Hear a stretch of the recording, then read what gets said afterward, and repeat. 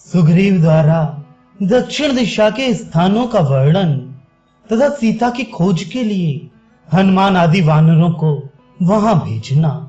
इस प्रकार वानरों की बहुत बड़ी सेना को पूर्व दिशा में प्रस्थापित करके सुग्रीव ने दक्षिण दिशा की ओर चुने हुए वानरों को, जो भली भांति परख लिए गए थे, भेजा। अग्निपुत्र नील, कपिवर हनुमान जी, ब्रह्मा जी के महाबली पुत्र जामवान, सुहोत्र, शरारी, शरघुल्म, गज, गवाक्ष, गवय, सुषेण प्रथम, वृषभ, मेंद, द्विविद, सुषेण द्वितीय, गंधमादन, हुताशन के 2 पुत्र उल्कामुख और अनंग तथा अंगद आदि प्रधान प्रधान वीरों को, जो महान वेग और पराक्रम से संपन्न थे। विशेषज्ञ वानर राज सुग्रीव ने दक्षिण दिशा की ओर जाने की आज्ञा दी। महान बलशाली अंगद को उन समस्त वानर वीरों का अगुवा बनाकर उन्हें दक्षिण दिशा में सीता की खोज का भार सौंपा। उस दिशा में जो कोई भी स्थान अत्यंत दुर्गम थे, उनका भी कपिराज सुग्रीव ने उन श्रेष्ठ वानरों को परिचय दिया। वे बोले, वानरों, तुम लोग भांति भांति के वृक्षों और लताओं से सुशोभित सहस्त्रों शिखरों वाले विंध्य पर्वत, बड़े बड़े नागों से सेवित रमणीय नर्मदा नदी, सुरम्य गोदावरी, महानदी, कृष्णवेणी तथा बड़े बड़े नागों से सेवित महाभागा, वर्धा आदि नदियों के तटों पर और मेखल, उत्कल एवं दशाण देश के नगरों में तथा आवर्वंती और अवंतीपुरी में भी सब जगह सीता की खोज करो।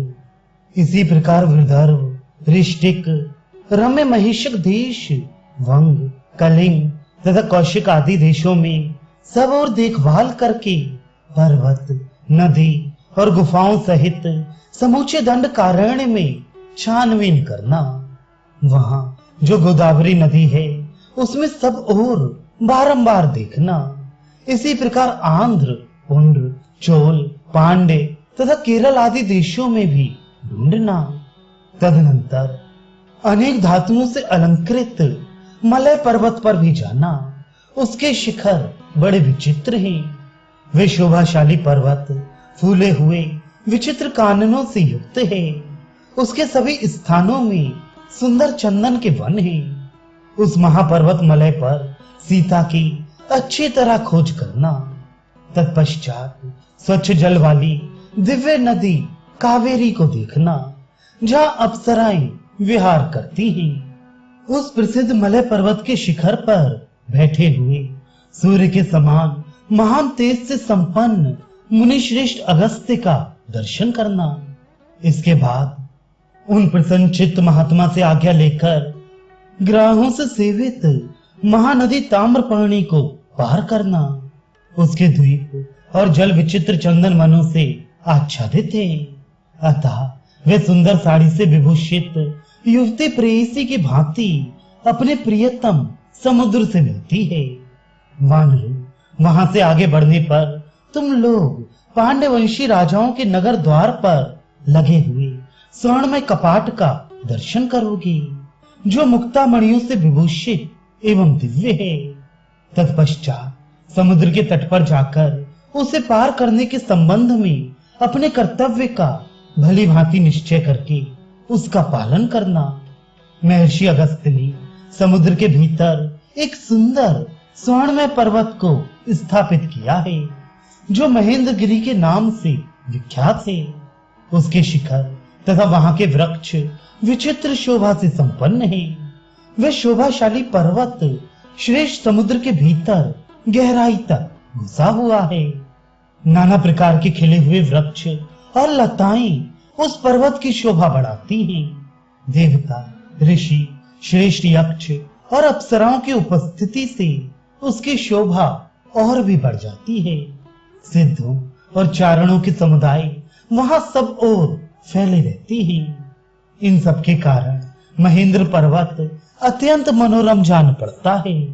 सहस्त्र नेत्रधारी इंद्र प्रत्येक पर्व के दिन उस पर्वत पर पदार्पण करते हैं।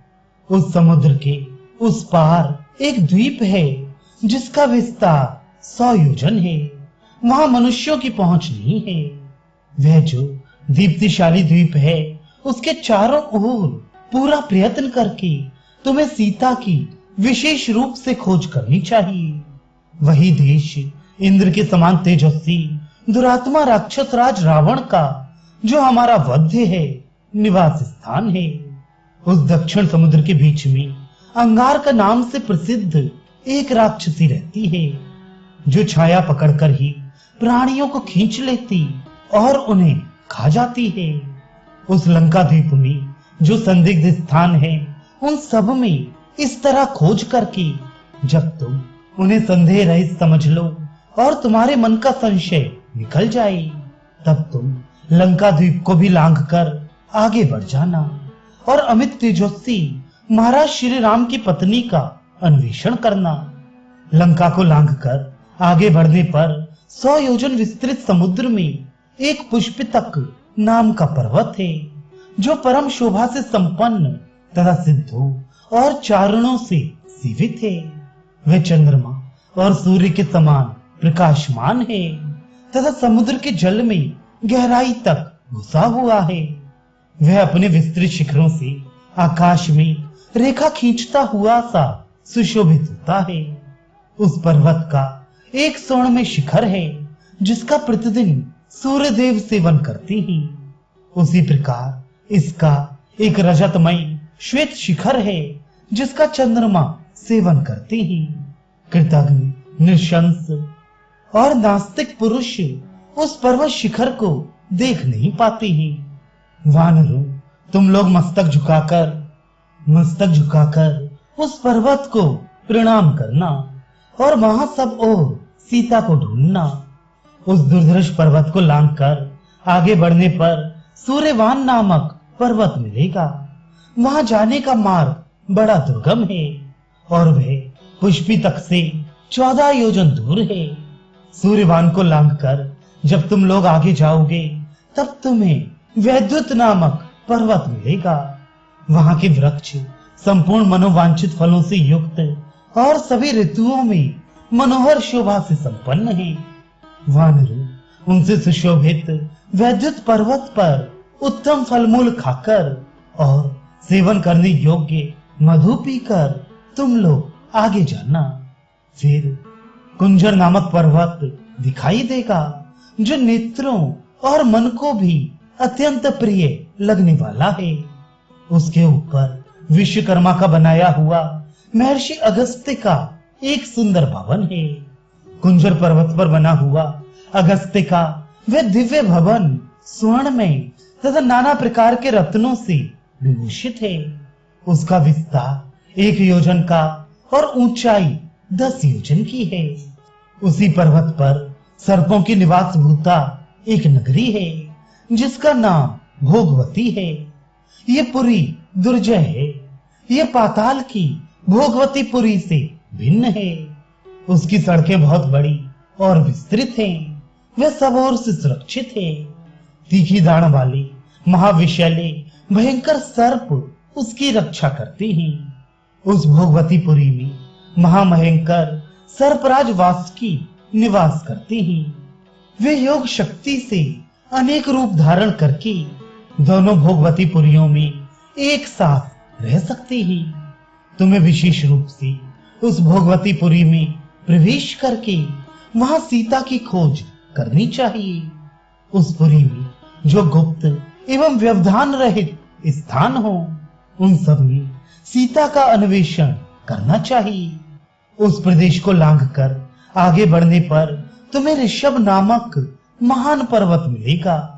वे शोभाशाली ऋषभ पर्वत संपूर्ण रत्नों से भरा हुआ है। वहां गोशीर्षक, पद्मक, हरिश्राम आदि नामों वाला दिव्य चंदन उत्पन्न होता है। वे चंदन वृक्ष अग्नि के समान प्रज्वलित होता रहता है। उस चंदन को देखकर कदापि तुम्हें उसका स्पर्श नहीं करना चाहिए, क्योंकि रोहित नाम वाले गंधर्व उस घोर वन की रक्षा करते हैं। वहां सूर्य के समान कांतिमान 5 गंधर्व राज रहते हैं उनके नाम ये हैं शैलुष, ग्रामणी, शिक्ष, शुक और वब्रू। उस ऋषभ से आगे पृथ्वी की अंतिम सीमा पर सूर्य, चंद्रमा तथा अग्नि के तुल्य तेजस्वी पुण्यकर्मा पुरुषों का निवास स्थान है। अतः वहां दुर्धर्ष स्वर्ग विजयी पुरुष ही वास करते हैं। उससे आगे अत्यंत भयानक पृथ्वीलोक है। वहां तुम लोगों को नहीं जाना चाहिए। ये भूमि यमराज की राजधानी है, जो कष्टप्रद अंधकार से आच्छादित है। वीर वानर पुंगवों, बस दक्षिण दिशा में इतनी ही दूर तक तुम्हें जाना और खोजना है। उससे आगे पहुंचना असंभव है, क्योंकि उधर जंगम प्राणियों की गति नहीं है। इन सब स्थानों में अच्छी तरह देखभाल करके और भी जो स्थान अन्वेषण के योग्य दिखाई दें, वहां भी विदेह कुमारी का पता लगाना। तदनंतर तुम सबको लौट आना चाहिए। जो 1 मास पूर्ण होने पर सबसे पहले यहाँ आकर ये कहेगा कि मैंने सीता जी का दर्शन किया है, वे मेरे समान वैभव से संपन्न हो, भोग्य पदार्थों का अनुभव करता हुआ सुखपूर्वक विहार करेगा। उससे बढ़कर प्रिय मेरे लिए दूसरा कोई नहीं होगा। वह मेरे लिए प्राणों से भी बढ़कर प्यारा होगा तथा अनेक बार अपराध किया हो तो भी वह मेरा बंधु होकर रहेगा। तुम सबके बल और पराक्रम असीम है। तुम विशेष गुणशाली उत्तम कुलों में उत्पन्न हुए हो। राजकुमारी सीता का जिस प्रकार भी पता मिल सके उसके अनुरूप उच्च कोटि का पुरुषार्थ आरंभ करो।